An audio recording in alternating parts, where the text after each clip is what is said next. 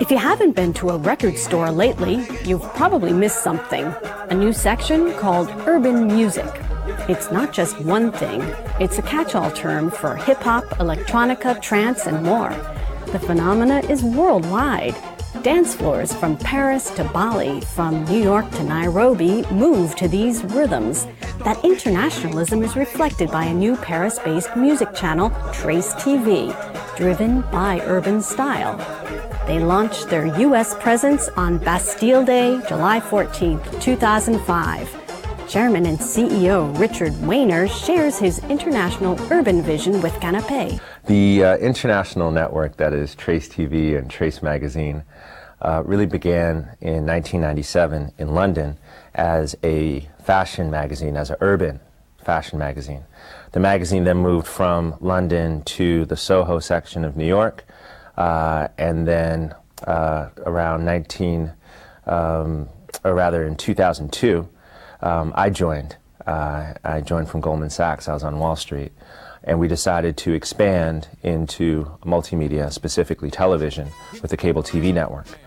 The cable TV network then was launched in 2003. It was launched in Paris, France, because we felt that there was a really strong need for urban music and culture to have a venue, to have a platform in Europe, much more so than in the USA, where there already existed networks. In Europe, nothing like this existed.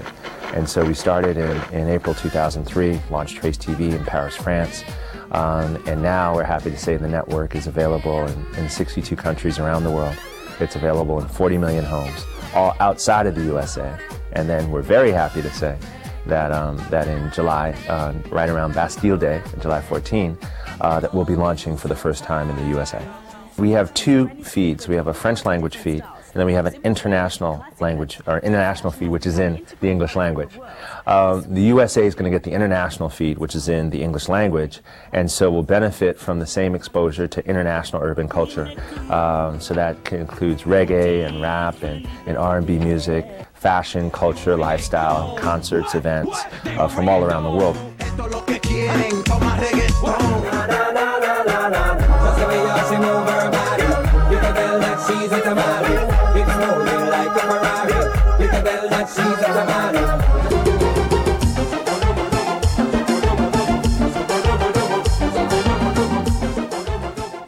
We have, I'd say, 3 or 4 main categories of shows. One are the news reports, which are produced by our 30 international correspondents around the world. We have a show which has been hosted by Noémie Lenoir called Code, which is a variety show, a lifestyle show, and a fashion show where she kind of takes us around to different parts of France and Germany and places where she's been, and introduces us to interesting topics from, her perspective, and she's a real fun host. And that show will now be probably working as well with Sonia Roland, who's Miss France 2000, and she'll be working with us on some original programming. In addition, we have a guest star. We have an interview program that features artists from around the world when they come through Europe or when they come through France. And then I think the other show which is interesting is what I would call special events.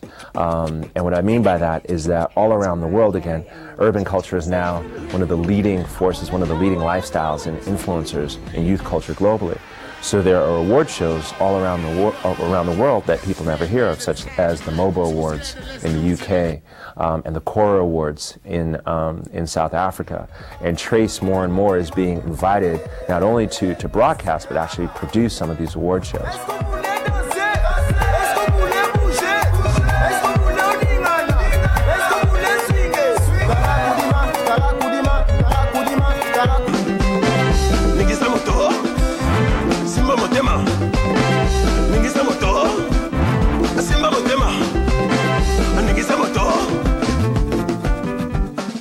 Much more so than an ethnic channel or a racial channel. What Trace TV is, it's a cultural channel. And urban music, as I may have said before, is the leading lifestyle. It has evolved into a lifestyle. So urban music, you have urban fashion, you have urban culture, has now become a common language that young people share around the world. And so what Trace hopes to be is a platform where those artists and those young people can go to to learn about each other and to promote their common culture and to promote what they're doing and what they're about, because so far internationally, media is a lot more conservative, and so no one else is giving these young people a voice, and Trace is trying to give them a voice.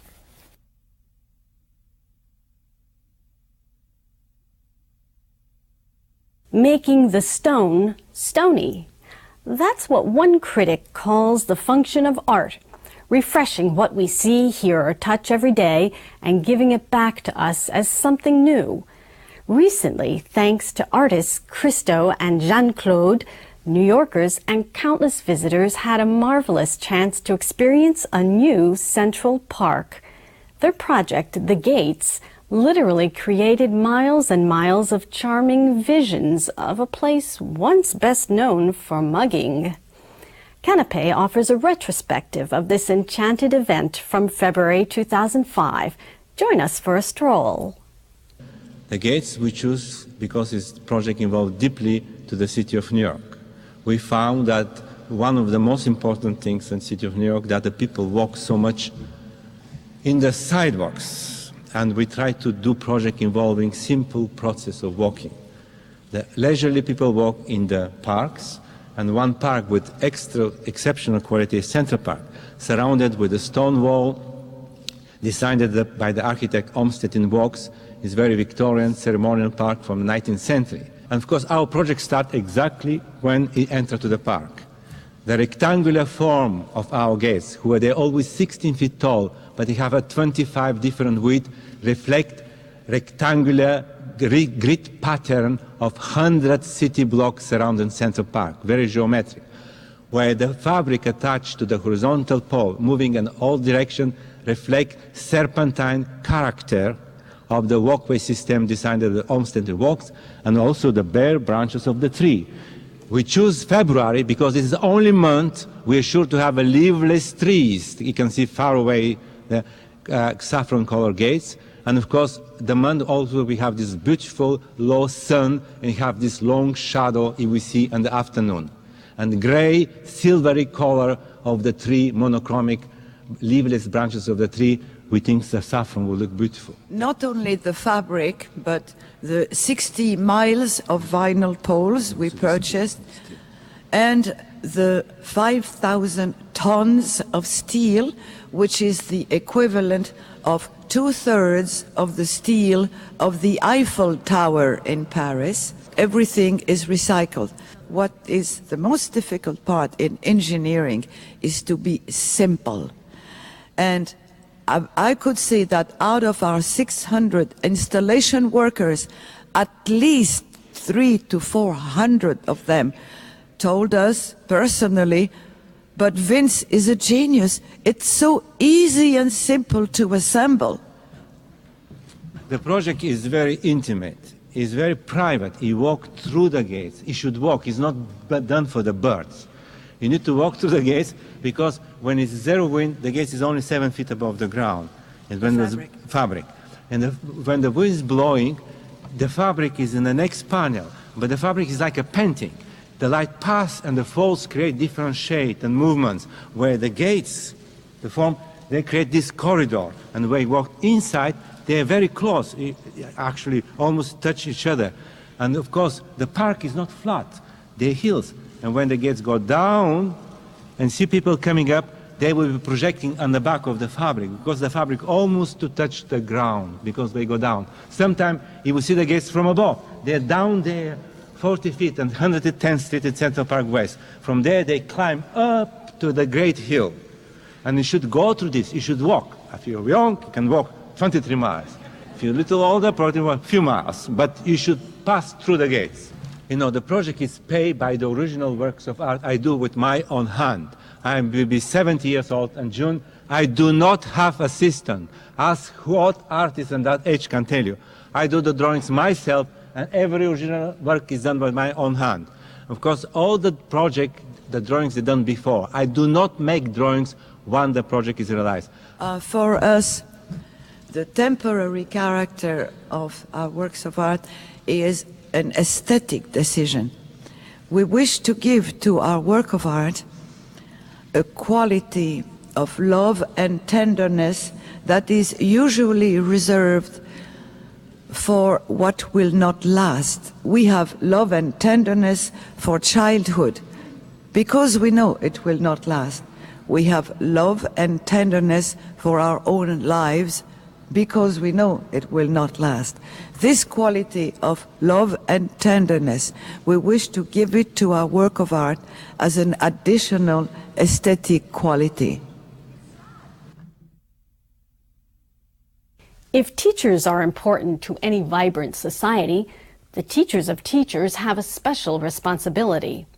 The late Henri Père was perhaps the supreme professor of French studies in the USA in the 20th century. From his fountain of erudition flowed streams that irrigated French departments across the country.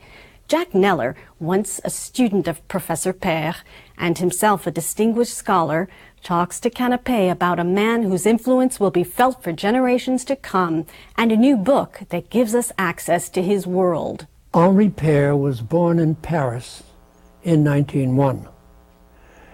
He moved to Avignon with his father, who was a Protestant minister, and attended school there prior to going back to Paris and matriculating at the École Normale. He, after receiving his degree, he was offered a position at Yale, couldn't accept it because he had committed himself to go to Egypt. And he taught there for 2 years and then came back to Yale, where he soon became chairman of the French department. He wrote many, many articles and books which had international acclaim. And he maintained correspondence with some of the leading figures, with Paul Claudel, for example, when Claudel was ambassador to the United States. He had correspondence with Robert Penn Warren, who was a very close friend. And because of all these contacts, he was widely known, not only within the French community, the French language community, and within the field of education, but well beyond.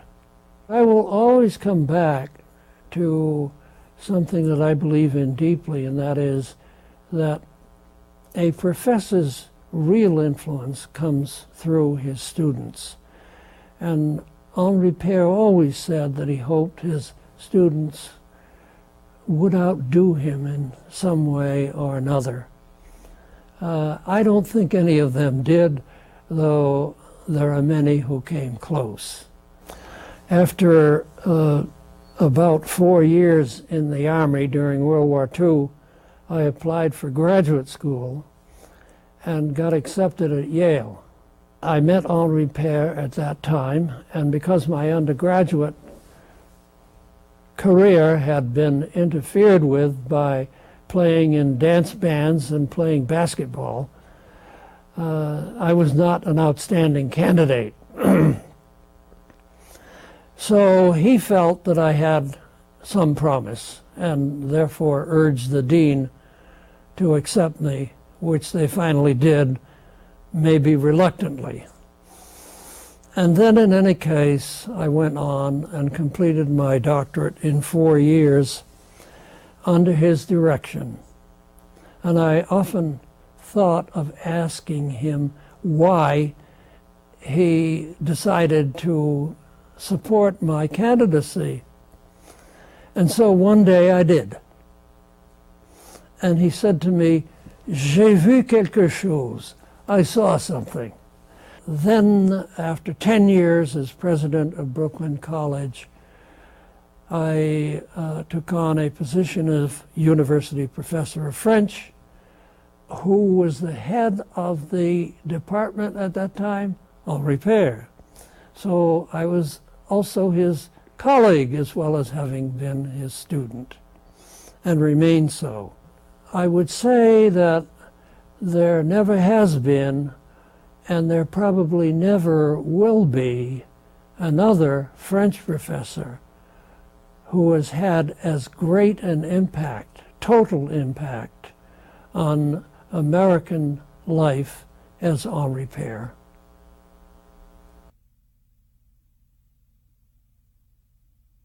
One charm of film noir, the enduring cycle of seedy crime films beloved equally in France and the USA, is how compelling characters win over story probability.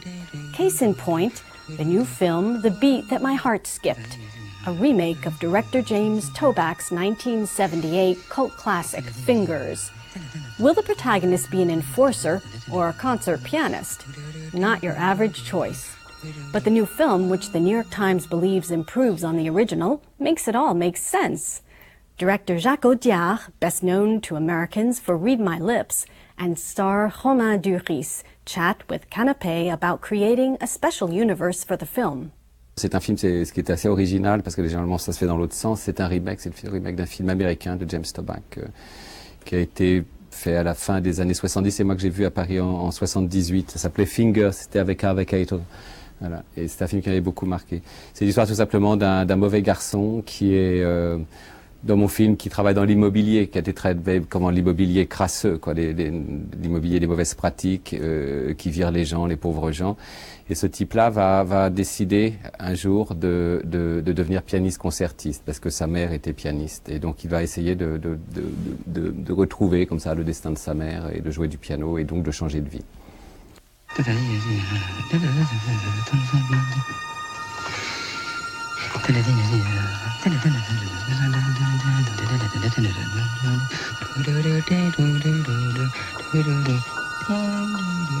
Le personnage initialement est un type qui est dur, qui est égoïste, qui est cupide, qui a à peu près tous les défauts de la terre, et qui vit dans une société extrêmement masculine, très machiste, très misogyne, et simplement, je veux dire, en allant vers le piano qui était le côté de la mère, c'est quelqu'un qui va aller du côté des femmes, qui va se féminiser.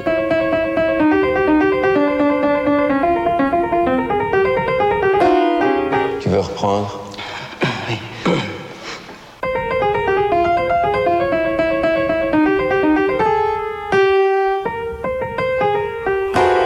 C'est un film que j'ai fait, essentiellement en plan séquence, en tout cas, même si après ce n'est pas monté comme des plans séquences, je mets toujours en place en plan séquence, et je filme d'assez près tout le temps. Je filme d'assez près. Et j'ai envie que les informations qui me sont données du monde arrivent par l'extérieur, par le visage du comédien, par le son, que je n'ai pas à montrer les choses, voilà, et que, en revanche, ça c'est une forme de sollicitation du spectateur ou de l'attention du spectateur que j'aime beaucoup, que l'univers, en fait, se construise à travers ce que je vais voir du visage du personnage. Et ça, c'est un peu, c'est pas une conception assez théâtrale, en fait, de la dramaturgie. Il y a un truc que j'aime bien chez Romain, c'est qu'il fait partie de ces types dont la virilité est à peu près incontestable, mais en même temps on peut les filmer comme des filles. Ils ont un charme, ils ont une féminité que j'aime beaucoup, un peu comme Kassovitz, et avec qui j'avais travaillé. Alors ça c'est une chose, ça c'est ce que je voyais de Romain. Et puis après il y a cette question du choix. J'ai l'impression moi que je ne l'ai pas choisi, Romain, que c'est le scénario qui l'a choisi. C'est que connaissant Romain et le voyant arrivant, il doit avoir une trentaine d'années, Romain. Il est au seuil de quelque chose. Il est au seuil il est entre une post-adolescence tardive et un âge adulte, une maturité. Et que mon sujet ne parle pas d'autre chose. Le film ne parle pas d'autre chose. Et il n'y en a pas. Et tout à coup, pour moi, il y avait beaucoup moins de choix. Il y a peu d'acteurs qui avaient ça sur le, ouvrez les guillemets, marché français, fermez les guillemets. Une audition pour le conservatoire, vous n'avez plus l'âge. Pour un concours, alors? Chez un agent, chez un impresario. Un impresario? Pour entrer chez un impresario. Attendez, je n'ai pas bien compris, là. Vous n'êtes pas musicien professionnel? Non. Alors pourquoi un agent? Il m'a proposé de passer une audition chez lui. Okay. Ma mère était pianiste, elle faisait des concerts, elle s'occupait de ses concerts. Ouais. J'ai grandi dans la musique, puis que je suis tout môme, il y a toujours un piano à la maison. Voilà, je connais. Si ça marche, je pense qu'il me prendra chez lui. Comme quoi? Comme pianiste? Bah ouais, comme pianiste. Comme pianiste concertiste? Comme pianiste concertiste. Je peux vous demander ce que vous faites dans la vie? Bah, je travaille. Dans quelle partie? Je travaille dans l'immobilier. je suis marchand de biens, tu vois. Je fous des rats dans les immeubles. Tu vois, je coupe l'eau, l'électricité, tu vois. Avec mes potes, parfois, on fait des descentes avec des battes de baseball. On vire les gens qui habitent dans les étages. Le rôle est dans une énergie qui était fatigante. Et l'effet un peu pervers de ce métier, c'est que j'avais besoin de repos, j'avais besoin de l'abandonner, ce personnage, mais j'y arrivais pas. Et donc il me suivait la nuit. Je dormais pas, donc j'étais dans un état très, très nerveux comme le personnage. Et alors je pouvais m'en plaindre, mais en même temps, c'est bon de se sentir habité par un personnage. C'est pas tous les rôles qui permettent ça. Et on peut pas le fabriquer. Je veux dire, c'est quelque chose qui d'un coup qui s'impose à nous comme un truc réel. On peut pas. Je combattais ça, mais j'y arrivais pas. Et donc, est-ce que ça, c'est du bonheur? Je pense que c'est positif par rapport à mon métier, au fait que d'un coup, je ressens là vraiment que je joue quelque chose, que ça me pénètre. Mais en même temps, c'est pas forcément exaltant parce que c'est fatigant, c'est usant, c'est pas la vie, quoi. J'avais du mal à avoir une vie à côté. Et ensuite, c'est quand j'ai vu le film la première et la deuxième fois. La première fois, j'ai été pris de surprise et puis je me suis après laissé aller. Vous savez, en général, on s'attend toujours à voir un certain montage, on regarde notre performance, des choses comme ça. Puis là, donc au début, j'ai essayé de contrôler par rapport aux souvenirs que j'avais des scènes qui s'enchaînaient, la chronologie des choses qu'on avait faites. Puis d'un coup, comme j'ai vu qu'il avait complètement remodulé le film au montage, j'ai lâché ça et je me suis laissé aller. Et physiquement, j'ai ressenti ce que mon personnage ressentait. Alors ça, je ne sais pas si c'est ce que ça fait quand on est un autre public, mais moi, j'ai ressenti physiquement j'ai l'impression de pouvoir respirer que quand le personnage me le permet dans le film. Donc ça, c'était agréable de ressentir physiquement. Ça m'arrive rarement, surtout dans les films dans lesquels je joue. Hein. C'est étrange. Voilà. Et la deuxième fois, j'ai vachement aimé parce que la deuxième fois, j'ai vu plus la mise en scène, plus les subtilités de montage, de mise en scène, pourquoi finalement il a mis cette scène-là après l'autre, etc. Donc il faut voir le film 2 fois, c'est ça le but.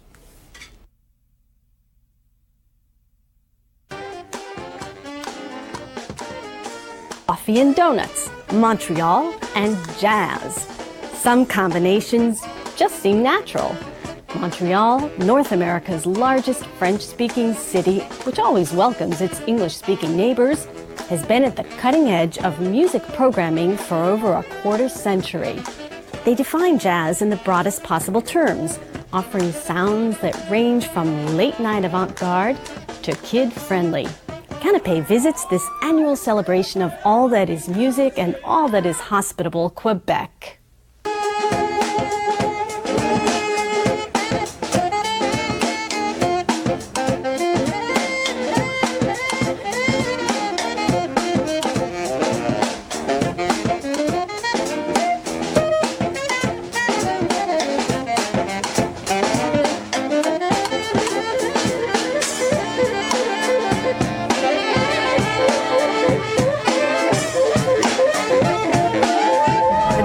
Of the Montreal Jazz Festival is a big reunion of music where people have fun and where you can discover all kinds of different artistic views from all over the world. It's a big party mix of jazz, world beat music, animation in the streets, Dixieland, all that kind of things. And there's 150 shows that you can see. For people that don't really know jazz and that want to be involved a little, they go on the outdoor site and it's completely free. You don't need to pay anything. And you can see all kinds of music. There's about 9 to 10 stages, small cafes and things where you can sit and just listen and get to know jazz. And also all other sorts of music, so it's really great. There's different activities for all the family at the Montreal Jazz Festival. You have La Petite École du Jazz, the School of Jazz, for kids, 2 times per day. The main thing about the festival, which is great, it's the atmosphere, and it's so peaceful. Everyone is having fun.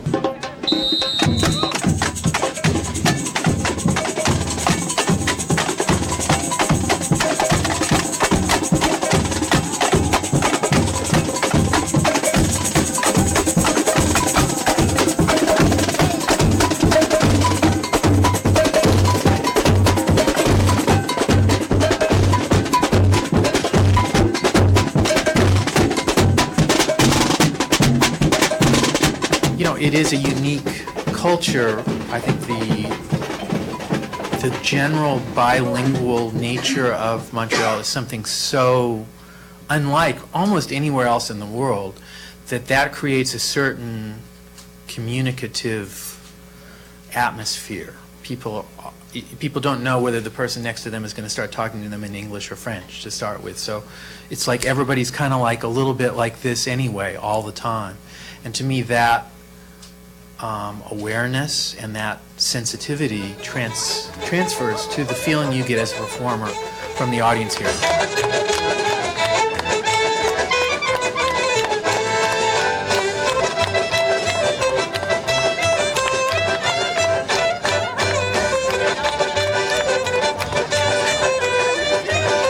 You know, I don't really think about Francophone or jazz or rock or classical. To me, music is one big thing.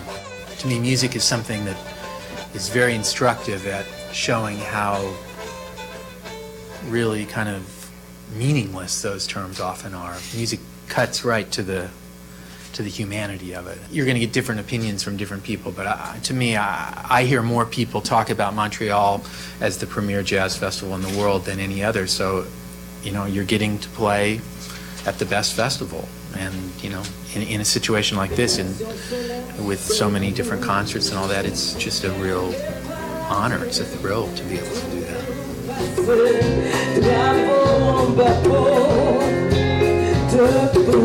that.